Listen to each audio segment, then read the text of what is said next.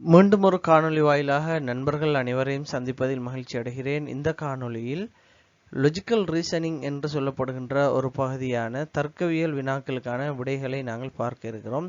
இந்த விதமான கேள்விகள் ஆசிரியர் போட்டி பரீட்சை மற்றும் ஏனைய போட்டி பரீட்சைகளில் உயர் தகமைகள் எதிர்பார்க்கப்படுகின்ற போட்டி பரீட்சைகளில் இவ்வாறான வினாக்கள் அதிகம் வருகிறது. கடந்த 2023ஆம் ஆண்டு இடம்பெற்ற ஒரு ஆசிரியர் போட்டி பரீட்சையிலும் கூட இவ்வாறான வினாக்கள் இடம்பெற்றிருந்தது என்பது குறிப்பிடத்தக்கது.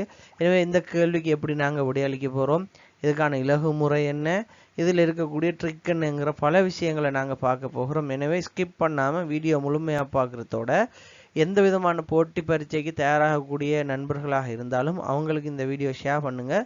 இந்த சேனல் சப்ஸ்கிரைப் பண்ணாமல் பார்க்குற நண்பர்களாக இருந்தால் சப்ஸ்கிரைப் பண்ணிக்கொள்ளுங்க. யூடியூப்பில் பார்க்குறார்கள், ஃபேஸ்புக்கில் பார்க்குற நண்பர்களாக இருந்தால் என்னுடைய பேஜை ஃபாலோ பண்ணிக்கொள்ளுங்க. வாங்க வினாவுக்குள்ளே போகலாம். ஓகே, நாங்கள் இந்த வினாவை வாசித்து பார்க்குறதுக்கு முதல் இந்த வினா பற்றின ஒரு யதார்த்தத்தை விளங்கிக் கொள்ள வேண்டும். இந்த வினா எங்கள்ட தர்க்க ரீதியான சிந்தனையை பரிசீலிக்கிறதுக்காகத்தான். இதில் உண்மை பொய்ங்கிறது அதாவது ரியல் இல்லை, இது தர்க்க ரீதியான உண்மை பொய்யாகத்தான் இருக்கும். அதை அடிப்படையாக வச்சு தான் இந்த கேள்விக்கு நாங்கள் விடையளிக்க வேணும். அதே நேரம் இந்த வினாவில் நாங்கள் எடுக்கிற முடிவு எங்களோட தர்க்க முடிவாகத்தான் இருக்கணும். சரிதானே, அந்த அடிப்படையில் இருக்கும். ரைட். அடுத்தது, இப்படியான வினாக்கள் அணுகிற நேரம் நாங்கள் ஒரு அனுமானத்துக்கு தான் முடிவெடுக்கலாம். இதில் யதார்த்தம் இல்லைன்றதுனால அனுமானத்தின் அடிப்படையில் தான் முடிவெடுக்கலாம். சரிதானே. ஓகே, அப்படி பார்க்குற நேரம் வினாவை பார்ப்போம். வகுப்பறையில் ஆசிரியரின் விலை மதிப்பற்ற தங்கப்பேனா ஒன்று காணாமல் போய்விட்டது. அருண், பாலா, சந்துரு, தினேஷ் ஆகிய 5 மாணவர்களில் ஒருவர் மட்டுமே அந்த பேனையை எடுத்திருக்க வேண்டும். ஒருத்தர் தான் அதை எடுக்க வாய்ப்பு இருக்கிறது. அப்போ மற்றவர்களை விசாரித்த போது அவர்கள் சொல்லக்கூடிய பதில் என்ன? ஒவ்வொருத்தரும் ஒவ்வொரு விதமாக சொல்கிறாங்க. ரைட். இப்போ நாங்கள் என்ன செய்யறல்ல, இது எல்லாத்தையும் வாசித்து கொண்டு இருக்கிறல்ல, இதுக்குரிய ஷார்ட்கட் அல்லது வேகமாக செய்கிற முறை என்னண்டா, நாங்கள் ஒவ்வொருத்தராக இவர் தான் எடுத்திருப்பார் என்று அனுமானித்து மற்றவர்களுடைய கூற்று உண்மையா பொய்யா என்றது போடுறது மட்டும்தான். ரைட். இப்போ நான் முதலாவது அனுமானிக்கிறேன், பேனை எடுத்தது அருணாக இருந்தால் என்ற அனுமானம், பேனை எடுத்தது அருண் என்று இருந்தால் சரிதானே. எத்தனை கூற்று வருது? கிட்டத்தட்ட 1 2 3 4 5 கூற்று வருது. அப்போ ஒவ்வொரு கூற்றையும் நாம் உண்மையா பொய்யான்னு போட்டு வருவோம். சரிதானே.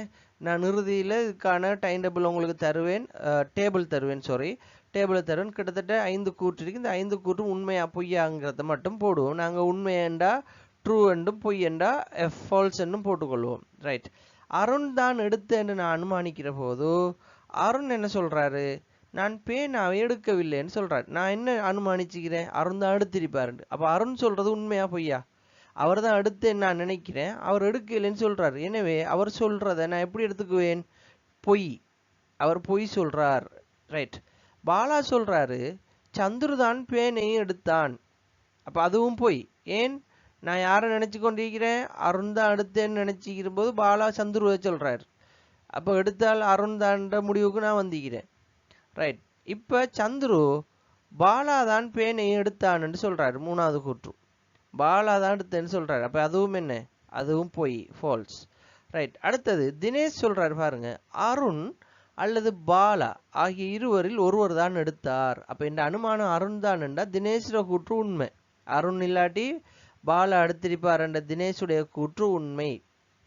அடுத்தது 5வது எழில் சொல்றாரு தினேஷும் எடுக்கவில்லை அருணும் எடுக்கவில்லை என்ற அனுமானப்படி அருண் எடுத்தார் என்று சொல்லும் போது தினேஷுடைய கூற்று பொய். ஏன்? அருண் எடுத்திருப்பார் என்றது நான் அனுமானிச்சிருக்கிறேன். அந்த அடிப்படையில் தினேஷோட கூற்று இந்த இடத்துல என்ன செய்யுது? பொய்யாகி போகுது. ரைட். இப்போ அடுத்த 2வது ஆளா பாலா எடுத்திருப்பார் என்ற அனுமானத்துக்கு நான் வாரேன். பாலா எடுத்திருப்பாருண்டா அருண் என்ன சொல்றாரு? நான் பேனாவை எடுக்கவில்லைன்னு சொல்றாரு. அப்ப அருண் சொன்னது உண்மை, பாலா எடுத்திருப்பாருன்னு நான் அனுமானிக்கிறதுனால. பாலா சொல்றாரு சந்துரு தான் பேனாவை எடுத்தான். அப்ப அது பொய். ஏன்னா சந்துரு எடுக்கல, சந்துரு இந்த கூற்றுல நம்ம சந்துரு அனுமானிக்கல, எனவே அது பொய். சந்துரு சொல்றாரு பாலா தான் பேனாவை எடுத்தான். எஸ், அது ட்ரூ. ஏன்? நம்ம இங்க அனுமானிக்கிறோம் பாலா தான் எடுத்திருப்பாருன்னு அனுமானிக்கிறோம். சரிதானே. ரைட். இப்ப பாருங்க, அப்ப 3 கூற்று. 4வது அருண் அல்லது பாலா ஆகிய இருவரில் ஒருவர் தான் எடுத்தனர் என்று தினேஷ் சொல்றாரு. அப்ப இங்க பாலா எடுத்திருப்பான்னு தினேஷ் சொல்றதுனால அதுவும் உண்மையாகி போகுது. இப்ப எழில் சொல்றாரு தினேஷும் எடுக்கவில்லை அருணும் எடுக்கவில்லை. எஸ், தினேஷும் எடுக்கல அருணும் எடுக்கல. ஏன்? நம்ம இந்த அனுமானிச்சுக்கிறோம் பாலா தான் எடுத்திருப்பாரு. எனவே அவருடைய கூற்றும் உண்மை. ரைட். இப்ப மூணாவது வருவோம். அடுத்தது சந்துரு எடுத்தாருன்னு சொல்லி நம்ம அனுமானிச்சா, சந்துரு தான் எடுத்திருப்பாருன்னு நம்ம அனுமானிச்சா மூணாவது கூட்டுக்கு வாரம் பாலாதான் பேனாவை எடுத்தான். அவரே எடுத்துக்கிட்டு பாலாவை சொல்றாரு. அப்ப இது போல, அதாவது அவர் எடுத்தாருன்றது உண்மை இல்லை, நம்ம இங்க அனுமானிக்கிறோம் பாலாதான் சந்துரு தான் எடுத்திருப்பார் என்று அனுமானிக்கிறதுனால சந்துரு பாலாவை சொல்றாரு. அப்ப அது போய் ரைட். சரிதானே? முதலாவது கூற்று அருண் நம்ம முதல்ல இருந்து வரணும். இந்த இடத்துல முதல்ல இருந்து வருவோம். அருண் என்ன சொல்றாரு? சந்துரு தான் எடுத்தார் என்ற அனுமானத்துக்கு வந்தோம்டா அருண் சொல்றாரு நான் பேனையை எடுக்கவில்லை என்று. அது ட்ரூ. பாலா என்ன சொல்றாரு? சந்துரு தான் பேனாவை எடுத்தான். அப்ப ரைட், அது எஸ். ஏன்? நாம இங்க அனுமானிக்கிறோம் சந்துரு தான் எடுத்திருப்பார் என்ற அனுமானத்துக்கு வாரதுனால சந்துரு தான் பேனாவை எடுத்தான் என்பது ட்ரூ. ரைட். அடுத்தது சந்துரு சொல்றாரு பாலா எடுத்தான். அது புள்ள பொய். ஏன் நம்ம இங்க அனுமானிக்கிறோம் சந்துருன்றது. சரி. அடுத்தது பாருங்க, தினேஷ் சொல்றாரு அருண் அல்லது பாலா ஆகிய இருவரில் ஒருவர் எடுத்திருப்பார் என்று சொல்றாரு. சரிதானே? தினேஷோட கூற்றுப்படி நாங்க அருணும் இல்லை பாலாவும் இல்லை, நம்ம இப்ப பாக்குறது யார? சந்துரு எடுத்திருப்பாரு. எனவே இதுவும் பொய். ரைட். இப்ப எழிலுக்கு வருவோம். எழில் என்ன சொல்றாரு? தினேஷும் எடுக்கவில்லை அருணும் எடுக்கவில்லை. அப்ப இந்த இடத்துல எழில்ற கூட்டு உண்மையாகுது. ஏன்? எடுத்தது சந்துருன்றதுனால அதுக்குள்ள தினேஷும் இல்லை அருணும் இல்லை என்ற அடிப்படையில ட்ரூ ஆகி போகுது. சரி. நாலாவது ஆளுகிட்ட வருவோம். சந்துரு முடிஞ்சு தினேஷ் கிட்ட வருவோம். தினேஷ் தான் எடுத்து நம்ம அனுமானிச்சமாயிருந்தா அருண் அல்லது பாலா ஆகிய இருவரில் ஒருவர் தான் எடுத்துனருங்கிற தினேஷோட கூற்று. இப்ப நம்ம தினேஷுக்கிட்ட வாரோம். தினேஷ் எடுத்து நாம அனுமானிக்கிறோம். இப்ப நாம இந்த சொல்லப்படுற முடிவுகள் எல்லாம் அனுமானங்கள். இதுதான் உண்மையான முடிவுண்டு இல்லை, நம்ம இதை அனுமானிக்கிறோம். சரிதானே? இதுல இருந்து நாங்க முடிவுக்கு வாரத்துக்காக இது எங்கட அனுமானம். கேள்வியில இவங்க தான் எடுத்துன்றது முடிவில்லை, நாம அனுமானிச்சுதான் இதை தீர்க்க போறோம். ரைட். அருண் பேனாவை எடுக்கவில்லை நான் எடுக்கலைன்னு சொல்றாரு. நம்ம அனுமானிக்கிறோம் தினேஷ் தான் எடுத்துன்னு சொல்லி நம்ம ஒரு சந்தேகப்படுறோம். எனவே அருண் சொல்ற கூற்று உண்மையாகி போகுது, நான் எடுக்கலைன்னு சொன்னது. பாலா சொல்றாரு சந்துரு தான் எடுத்தேன். அது போய் நம்ம இப்ப இந்த கூற்றுக்கு போய் ஏன் நம்ம இப்ப அனுமானிக்கிறோம் தினேஷ். ரைட். பாலா சந்துரு சொல்றாரு பாலா தான் எடுத்தான். மூணாவது சந்துரு சொல்றாரு பாலா தான் எடுத்தான். அதுவும் போய். ரைட். நாலாவது பாருங்க, தினேஷே சொல்றாரு அருண் அல்லது பாலா எடுத்து, அவரை எடுத்துக்கிட்டு மத்தாக்களை சொல்றாரு நம்மளோட அனுமானப்படி என்றா அதுவும் பொய். ரைட். எழில் சொல்றாரு தினேஷும் எடுக்கவில்லை அருணும் எடுக்கவில்லை, நம்ம இங்க தினேஷ் தான் எடுத்து என்று சொல்றோம். எனவே எழிலுடைய கூற்றும் பொய். ரைட். அஞ்சாவது எழிலுடைய கூற்றுக்கு வருவோம். எழில அனுமானிப்போம் எழில் தான் எடுத்திருப்பாரு. அப்ப எழில் எடுத்தாரா இருந்தா சந்துருடைய கூற்று உண்மையாயிரும், நான் எடுக்கையில் என்றது.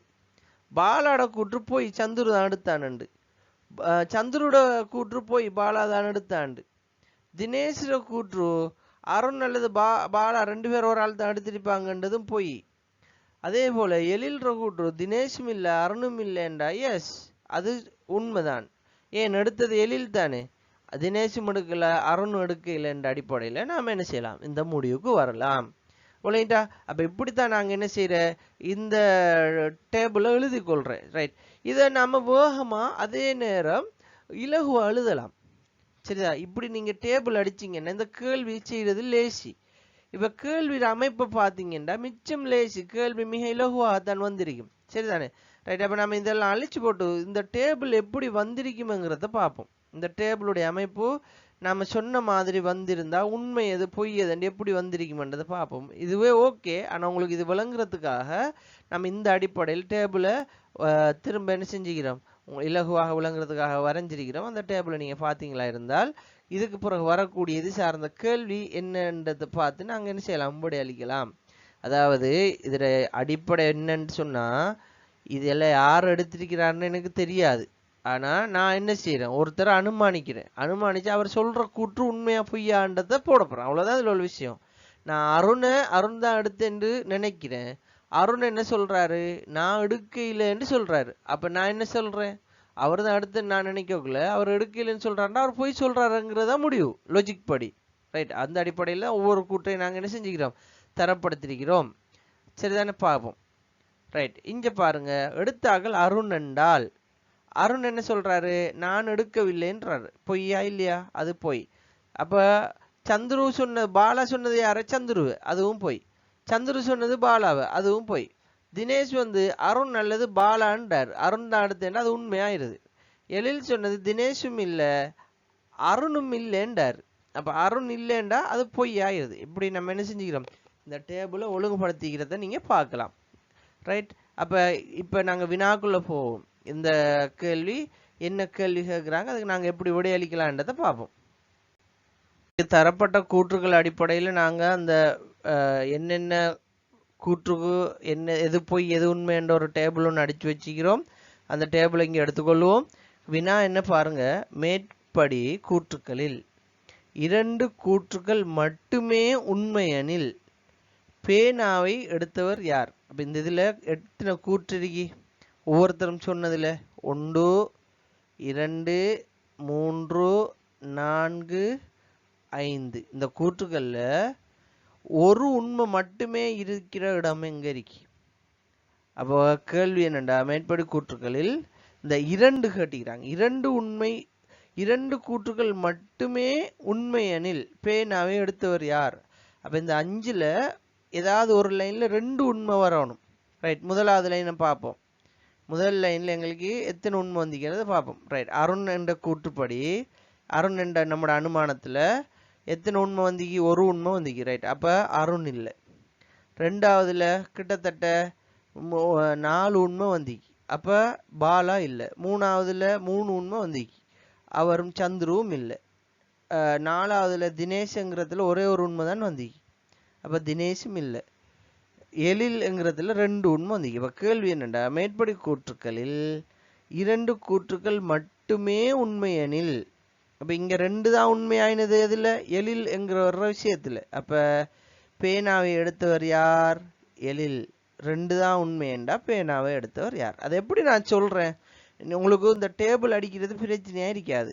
லேசா டேபிள் அடிச்சிருவீங்க அந்த கூற்றுக்கு ஏற்ற மாதிரி. இப்போ அதை வச்சு விடையளிக்கக்குள்ள நீங்க கன்ஃபியூஸ் ஆகிடக்கூடாது. சொல்ல பாடுறது என்னண்டா, இந்த கூற்றுக்களில் என்றா நாம இந்த போட்டு வச்சுக்கிற அனுமான கூற்று, ஒவ்வொருத்தர் என்ன சொன்னதை போட்டு வச்சுக்க, அதுதான் கூற்று. நாங்க அதைத்தான் எடுக்கணும். அதுல 2 தான் உண்மைண்டா, 2 உண்மை இருக்கிற கூற்று எங்க, எழில் என்றால் என்ற கூற்று. சரிதானே. அப்ப எழில் என்கிறத நாம எடுத்து வச்சுக்கிறோம், 2 உண்மை. ரைட். மேற்படி கூற்றுகளில் 3 கூற்றுகள் உண்மையெனில் பேனாவை எடுத்தவர் யார்? அப்ப 3 இருக்கிற இடத்த பார்க்கணும். முதலாவதுல இல்லை 1, இரண்டாவதுல 4, மூன்றாவதுல 3. பாருங்க, 1 2 3 என்றால் சந்துரு. அப்ப இதுக்கான விட என்ன, சந்துரு. எவ்வளவு லேசான கேள்வி இது. நிறைய பேர் இதுல கன்ஃபியூஸ் ஆகிறோம். இந்த கேள்வியை செய்யறதுக்கு நிறைய பேருக்கு கஷ்டமாயிக்குது. ஏன்னா இந்த டேபிள் எப்படி அமைக்கிறன்றது தெரியாததுனால. ரைட். மூணாவது பாருங்க, மேற்படி கூற்றுக்களில் 4 கூற்றுக்கள் உண்மையெனில் பேனாவை எடுத்தது யார்? அப்ப 4 வார இடம் எங்க, 4 வாரத்தை பார்ப்போம். நாங்க 4 வரக்கூடிய இடம் எங்க இருக்குது, முதலாவதுல இருக்கா, இல்ல இரண்டாவது விடை 4 வருது. ஓகே. அப்ப இரண்டாவது பாலா. சரி. ஒரு கூற்று மட்டுமே உண்மையாக இருக்கக்கூடிய சந்தர்ப்பம் எத்தனை இருக்கு? 1 வரக்கூடிய இடம் எத்தனை இருக்கின்றதான் கேள்வி. ரைட். 1 வரக்கூடிய இடம் இந்த இது 1 இருக்குது, ஒரு சந்தர்ப்பம். அதே போல இது ஒரு சந்தர்ப்பம். அப்ப 2 சந்தர்ப்பம் இருக்குது. பேனாவை எடுத்தது அருணாக இருந்தால், அருண் என்று அனுமானிச்சா, அதான் வழக்கம். அருண் என்றா எத்தனை பேரின் கூற்று பொய்? எத்தனை பேர்? தினேஷோட கூட்டத்தை தவிர மற்ற எல்லாம் பொய். அப்போ 1 2 3 4 பேருடைய கூற்று பொய். இவ்வளவுதான் வினா. இந்த வினாவுக்கு பாருங்க 10 மார்க்ஸ். எவ்வளவு ஈஸியா செய்யலாம். சரிதான். இப்படி வினா வந்தா நாங்க என்ன செய்யலாம், இனி இலகுவாக செஞ்சு கொள்ளலாம். அடுத்த வினா, இது நாங்கள் முன்னர் பார்த்த அதே மாதிரியான வினா அமைப்பை ஒத்ததாக இருக்காது. இது கொஞ்சம் அட்வான்ஸான வினா. இதில் எங்களுக்கு தரப்பட்டிருக்கக்கூடிய கூற்றுக்களை நாங்கள் இதில் யார் திருடி இருப்பார் என்ற அடிப்படையில் இந்த கேள்வியை அணுக முடியாது. இப்போ நாங்கள் முதல் வினாவில் ஒருத்தர் திருடி இருப்பாருங்கிறத அனுமானித்து அவர்கள் எல்லாரும் சொல்கிற கூற்றுக்களில் எது உண்மையாக இருக்கும் எது பொய்யா இருக்குமென்று தீர்மானத்துக்கு வந்தோம். இந்த கேள்வி அப்படி இல்லை. இந்த கேள்வியில் இங்கே யார் உண்மை பேசுகிறாருங்கிறது தான் தீர்மானிக்கணும்.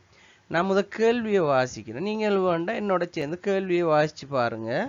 உங்களுக்கு ஏதாவது ஒரு முடிவுக்கு வரையலுமா இருக்கான்னு பார்ப்போம். இதுதான் அட்வான்ஸ் கேள்வி. ஆனால் இந்த கேள்வியை கூட நாங்கள் என்ன செய்யலாம், அடித்து தூக்கிடலாம். எங்களுக்கு ஷார்ட்கட் தெரியுமா இருந்தால் இதை எப்படி நாங்கள் அணுகிறோங்கிறத பொறுத்து தான் இந்த கேள்வி இருக்குது. ரைட், கேள்வியை பாருங்கள். ஒரு பாடசாலையில் முக்கியமான பரீட்சை வினாத்தாள் ஒன்று திருடு போய் விட்டது. அப்போ அது திருடப்பட்டு விட்டது. அதில் 3 பேர் சம்மந்தப்படுறாங்க. கவின், நவீன், பிரவீன்.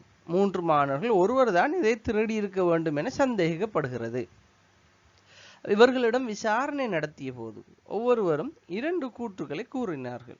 விசாரணை நடக்கிற ஒவ்வொருத்தரும் 2 கூற்றுக்களை சொல்றாங்க. ரைட், இதுல இந்த மாணவர்களுடைய குணாதிசயங்கள் பத்தி சொல்லப்படுது. 2 கூற்றுக்கள் சொன்னாலும் இவர்களுடைய குணாதிசயம் பத்தி சொல்லப்படுது. ஒருத்தர் உண்மையாளர், அதே மாதிரி மற்றொருத்தர் பொய், எப்போ பேசினாலும் பொய் தான் பேசுவார் என்று அவங்களோட குணாதிசயம் சொல்கிறாங்க. 3வது, ஒருத்தர் சில நேரம் உண்மையும் சில நேரம் பொய்யும் மாறி மாறி பேசுவார் என்றது சொல்லப்படுது. ரைட், இப்போ இதில் யார் உண்மையை பேசுவா, யார் பொய் பேசுவா, யார் மாற்றி மாற்றி பேசுவான்றதை கண்டுபிடிக்கணும் நம்ம. சரி, இப்போ வருவோம் கவின்ற கூட்டுக்கு வருவோம். கவின் சொல்கிறாரு, நவீன் தான் வினாத்தாளை திருடினான் என்று கவின் சொல்கிறார். சரியா? ஓகே, இப்போ இதில் நான் ஏற்கனவே உள்ள வினாவில் திருடன் யார் என்ற அனுமானத்துக்கு வந்து விடைய கண்டுபிடிச்ச மாதிரி இதில் உண்மை பேசுபவன் யார் என்று அனுமானத்துக்கு வரப்போகிறேன். ரைட், இப்போ கவின்ற கூற்றுக்கு வருவோம். கவின் என்ன சொல்கிறாரு, நவீன் தான் வினாத்தாளை திருடினான். இப்போ நான் என்ன செய்கிறேன், உண்மை பேசுகிறவர் கவின் என்று அனுமானிச்சுக்கிறேன். இவர் தான் உண்மையை பேசுகிறாராகமென்று அனுமானிச்சு இவர் சொல்கிற முதலாவது கூற்று என்ன, அவர் தான் உண்மையாளராக இருந்தா அவர் சொல்கிற முதல் கூற்று உண்மையாக இருக்கும். சரியா? இவர் தான் உண்மையாளராக இருந்தா இவர் சொல்கிற முதல் கூற்று உண்மையாக இருக்கும் என்று நான் எடுத்துக்கலாம்.